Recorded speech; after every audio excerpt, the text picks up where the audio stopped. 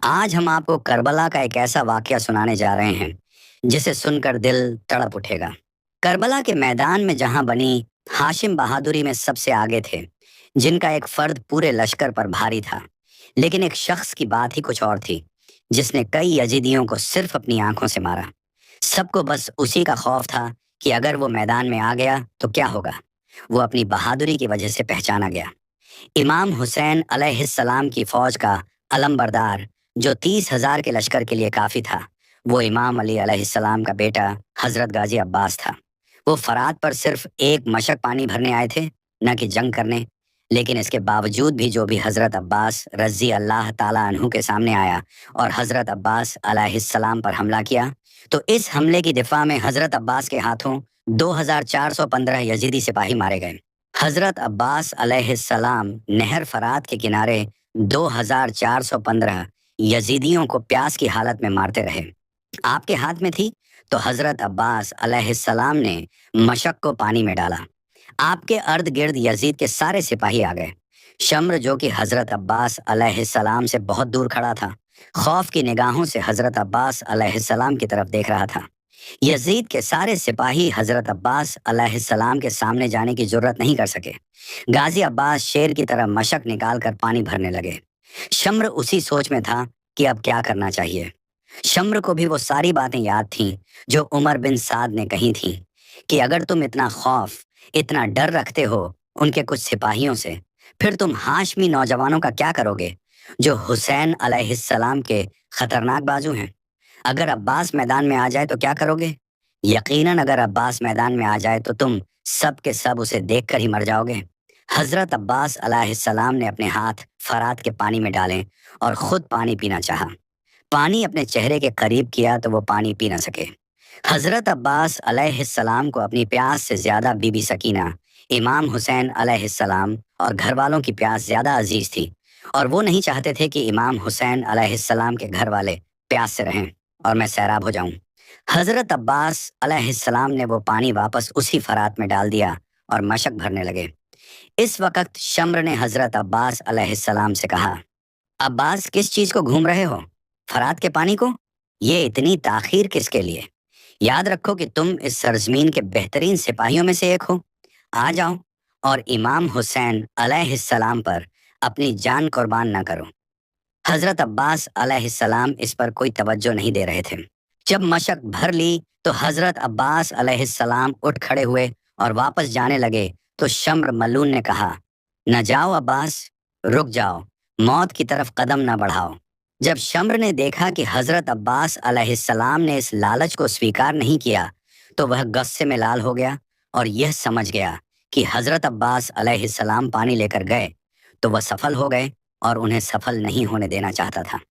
شمر کے کہنے پر حضرت عباس علیہ السلام کے سامنے لشکر کے لشکر آ گئے اور حضرت عباس علیہ السلام کو روکنے لگے۔ حضرت عباس علیہ السلام کے سامنے یہ لشکر کچھ بھی نہیں تھا۔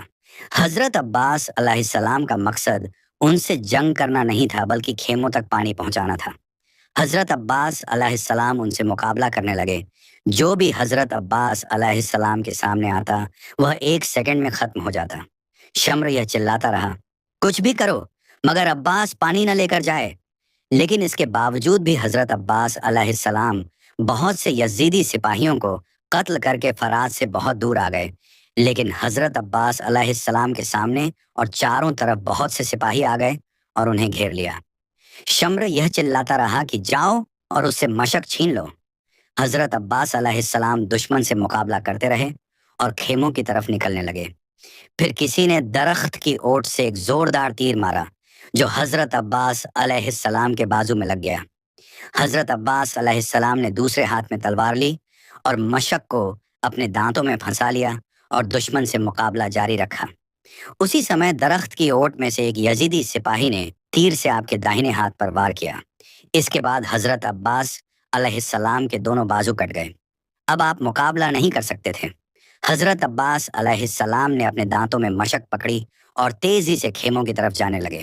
ان کا ارادہ تھا کہ اگر کچھ بھی ہو جائے، میں رہوں یا نہ رہوں، لیکن یہ مشک خیموں تک پہنچ جائے۔ اسی ارادے سے وہ خیموں کی طرف دوڑنے لگے، لیکن پھر حضرت عباس علیہ السلام کے سر मुबारक पर एक जोरदार वार किया गया और आप करबला की जमीन पर गिर पड़े। मशक आपके हाथ से छूट गई और सारा पानी बह गया। इमाम हुसैन अलैहिस्सलाम हजरत अब्बास अलैहिस्सलाम के पास आए और कहा, मेरे पास तुम हो तो मुझे क्या गम? ये क्या हो गया कि मैं तुम्हें वापस नहीं पा सकता? किस तरह जाऊं अहले हरम के पास? अब मेरी कमर में ताकत नहीं रही। ये मेरे सब कुछ, ये मेरे भाई, ये थे वो गाजी अब्बास जिन्होंने इमाम हुसैन अलैहिस्सलाम पर अपनी जान कुर्बान कर दी। करबला के मैदान में हजरत अब्बास रसी अल्लाह ताला अन्हु की शहादत के बाद जब इमाम हुसैन अलैहिस्सलाम खाली मशकीज़ा लेकर खेमों की तरफ आने लगे, तो बीबी सकीना सारे बच्चों को जमा करके मशकीज़े को दूर से देखने लगी और फरमाने लगी, ऐ बच्चों, मैंने कहा था ना, मेरा चचा अब्बास नहर से पानी लेकर आएगा। जैसे जैसे इमाम हुसैन अलैहिस्सलाम करीब आने लगे, बीबी सकीना का तजस्सुस बढ़ने लगा। जब इमाम हुसैन अलैहिस्सलाम का जिस्म हजरत अब्बास रजी अल्लाह ताला अन्हु के खून से रंगीन देखा और मशक को खाली देखा, तो बीबी सकीना रोकर फरमाने लगी, बाबा चचा अब्बास कहाँ हैं? इमाम हुसैन अलैहिस्सलाम ने फरमाया, सकीना, तुम्हारा चचा नहर के किनारे सो रहा है। बीबी सकीना ने कहा, बाबा, मेरे असगर ने 3 दिन से पानी नहीं पिया। इमाम हुसैन अलैहिस्सलाम ने बीबी सकीना को देखा और फरमाया, सकीना, वो एक खाली खेमे में अपनी बेटी सकीना को ले गए और जमीन पर हाथ रखा। जैसे ही हाथ उठाया तो जमीन से पानी उबलने लगा। बीबी सकीना पानी को देखकर खुश होने लगी, तो इमाम हुसैन अलैहिस्सलाम ने फरमाया, सकीना, इस खेमे के बाहर निगाह करके देख। जब बीबी सकीना ने बाहर देखा तो बाहर लाखों लोग प्यासे थे जो बीबी सकीना को देख रहे थे। बीबी सकीना ने फरमाया, बाबा, ये कौन है? तो इमाम हुसैन अलैहिस्सलाम फरमाने लगे, ऐ सकीना, ये तेरे नाना की उम्मत है। अगर आज तुम पानी पी लोगी तो रोज़े महशर ये सब लोग हौज़े कौसर से महरूम हो जाएंगे, चूंकि हमारे प्यासे रहने से ही अल्लाह के रसूल का दीन बचाएगा, तेरे नाना की नबुवत बचाएगी। बीबी सकीना ने कहा, बाबा, मेरे नाना की उम्मत के लिए अगर इस सकीना को कुर्बान होना पड़े और ता क़यामत अगर प्यासा भी रहना पड़े तो मुझे मंजूर है। मेरा भाई अली असगर अगर प्यास से तड़प तड़प कर मर जाए, मुझे ये भी मंजूर है। अल्लाह के दीन के लिए हम अहले बैत हर दुख सह लेंगे। सलाम हो बीबी सकीना की प्यास पर हजरत इमाम हुसैन अलैहिस्सलाम की 4 साल की शहजादी सकीना के साथ जो जुल्म हुआ, ऐसा जुल्म किसी उम्मत के लोगों ने अपने नबी की नवासियों के साथ नहीं किया होगा। करबला से लेकर शाम तक कौन सा जुल्म था जो यजीदी फौज ने सकीना के साथ ना किया हो? जब मैदान करबला में सब लोग शहीद हो गए तो इमाम हुसैन अलैहिस्सलाम अकेले तन्हा रह गए। इमाम हुसैन अलैहिस्सलाम झुलजनाह पर सवार हुए और झुलजनाह की लगाम कई बार खींची, मगर झुलजनाह आगे न बढ़ा। झुलजनाह सिर को झुकाकर अपने कदमों की तरफ देखने लगा। इमाम हुसैन अलैहिस्सलाम झुलजनाह से उतरे तो देखा कि बीबी सकीना झुलजनाह के कदमों से लिपट कर कह रही हैं, ऐ झुलजनाह, मेरे बाबा को न लेकर जा। वो जो कोई भी घोड़े पर सवार होकर मैदान की तरफ गया है, वो वापस नहीं आया, और अपने बाबा से लिपट कर रोने लगी। इमाम हुसैन अलैहिस्सलाम ने सिद्दे बीबी सकीना को ज़ैनब के हवाले किया। जब खेमों में आग लग गई तो सकीना रोते हुए खेमे से बाहर निकली और दौड़ती हुई मैदान करबला की तरफ गई। हर तरफ यजीदी लश्कर था। सिद्दे सकीना ने लोगों से पूछा कि मेरे बाबा कहाँ हैं? उनमें से एक जालिम ने पूछा कि तुम्हारे बाबा का नाम क्या है? जैसे ही बीबी सकीना ने कहा कि हुसैन, तो इस जालिम ने तीर को निकाला और इमाम हुसैन अलैहिस्सलाम को मारते हुए फरमाया कि देख, ये तेरा बाबा है। बीबी सकीना दौड़ते हुए अपने बाबा की तरफ पहुंची और अपने बाबा की गर्दन पर खंजर चलते हुए देख रही थी। 4 साल की बच्ची अपने बाप को करीब से ज़बह होते हुए देख रही थी। शम्र मलाउन बीबी सकीना को छुरी दिखा दिखाकर इमाम हुसैन अलैहिस्सलाम की गर्दन पर मारने लगा। इमाम हुसैन अलैहिस्सलाम की शहादत के बाद जालिमों ने जिस्मों पर घोड़े दौड़ाए और खेमों में आग लगा दी। मैदान करबला में असर के वक्त कूफियों के कुछ लुटेरों ने अहले बैत को एक खेमे में जमा करके बाकी खेमों को आग लगा दी। आग के शोले बुलंद हो रहे थे और अहले रसूल के दिल डूब रहे थे। शैतान के साथियों ने माल गनीमत इकट्ठा करना शुरू कर दिया। सकीना के कानों की बालियां खींची गईं। बीबी सकीना ने रोकना चाहा तो उसे थप्पड़ मारा। इससे बढ़कर जुल्म सितम और क्या होगा? कितने बेहया थे वो हाथ जो हुसैन की बच्ची पर उठे, कितने बेगैरत थे वो हाथ जो अली की बेटी पर उठे। उमर बिन साद ने सिपाहियों को हुक्म दिया कि अब लूट घसोट को खत्म करो और यहाँ से चलो। खानदान अहल ए बैत के तमाम अफराद एक ही खेमे में बैठे हुए अपनी हालत झार पर रो रहे थे।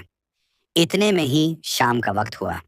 यजीदी अपने मदारों को दफन करने के बाद अपने पड़ाव में शाम के बाद जश्न मना रहे थे, और खानदान ए रसूल की शहजादियां बीमार जीन अलाबिदीन के सरहाने बैठी अपनी हालत झार पर रो रही थी।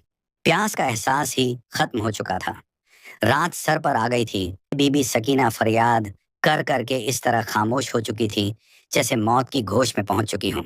जैनब कई बार जाकर अपने भाई का सिर चूम आती, तो कभी खेमे में आकर बीमार जीन अलाबिद्दीन को देखती। रात आधी से ज्यादा ढल चुकी थी। अचानक बीबी जैनब ने जो साए देखे तो बीबी जैनब ने बुलंद आवाज से फरमाया, आगे मत आना। एक पर्दा नशी अपने भाई की लाश पर पहरा दे रही है। आवाज आई, बेटी हम गैर नहीं हैं, हम भी तेरा पहरा ही देखने आए हैं। बीबी जैनब ने पहचान लिया कि ये तो मेरे बाबा अली की आवाज है। तसल्ली के लिए दोबारा आवाज दी, आप कौन हैं पहले बताओ, फिर आगे बढ़ना। आवाज आई, बेटी हम आगे नहीं आएंगे, मेरे गमजदा बेटी, सब्र रखो, मैं तेरा बाप अली हूँ और ये तेरी माँ फातिमा बिनते रसूल हैं। हम तुम्हारा पहरा देखने के लिए आए हैं। बीबी जैनब ने बेकरारी से आवाज दी, अम्मी जान। आवाज आई, जी बेटी क्या बात है। बीबी जैनब कहने लगी, अम्मी जान आप रुक क्यों गई, आकर मेरे भाई का लाश तो देख लो, मुझे दिलासा तो दे जाओ। आवाज आई, बेटी मैं आगे नहीं आ सकती। बीबी जैनब ने आवाज दी, अब्बा जान। आवाज आई, जी बेटी। बीबी जैनब फरमाने लगी, अब्बा जान आप सुबह क्यों नहीं आए, जब आपका घराना लूट रहा था उस वक्त आप कहाँ थे।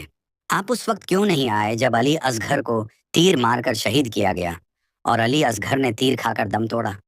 जब अली अकबर की लाश को उठाते वक्त मेरे भाई की कमर ढेरी हो रही थी, जब कासिम की जवानी लूटी गई, जब अब्बास के बाजू कलम किए गए, जब मेरे भाई का सर काटा गया। बाबा आपको उस वक्त आना था जब हुसैन का सीना तीरों और तलवारों से छनी हुआ था। आप उस वक्त क्यों नहीं आए जब मेरे भाई के गले में तीर फंसा हुआ था। मेरे बाबा मैं तो उस वक्त भी आपको बुलाती रही कि या मदद अब्बा जान। आवाज आई, बेटी हम उस वक्त भी आए थे, तुम्हारी अम्मी साथ थी और तुम्हारे नाना भी साथ थे। हमने तुम्हारा पूरा इम्तिहान अपनी आंखों से देखा। तुम्हारे नाना शहीदों के खून को बोतल में जमा करते रहे। हमने सब कुछ अपनी आंखों से देखा है। मेरे बेटे हुसैन ने वैसा ही इम्तिहान लिया जैसा उसके नाना हुजूर चाहते थे। तुम्हारी अम्मी अपनी कुर्बानियों से पूरी तरह मुतमिन हैं। तुम्हारे भाई और भतीजे जन्नत में पहुंच चुके हैं और वहां आराम कर रहे हैं।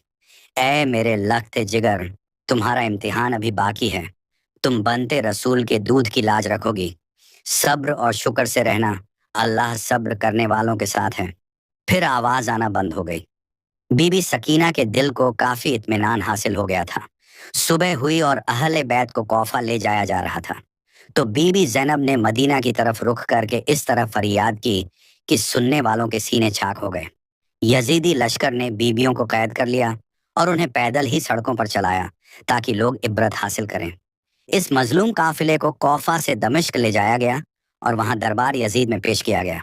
इस वक्त एक औरत यजीद की बीवी हिंद के पास आई और कहने लगी, ए हिंद, अभी अभी कुछ कैदी आए हैं, उन्हें देखकर दिल दहल जाता है।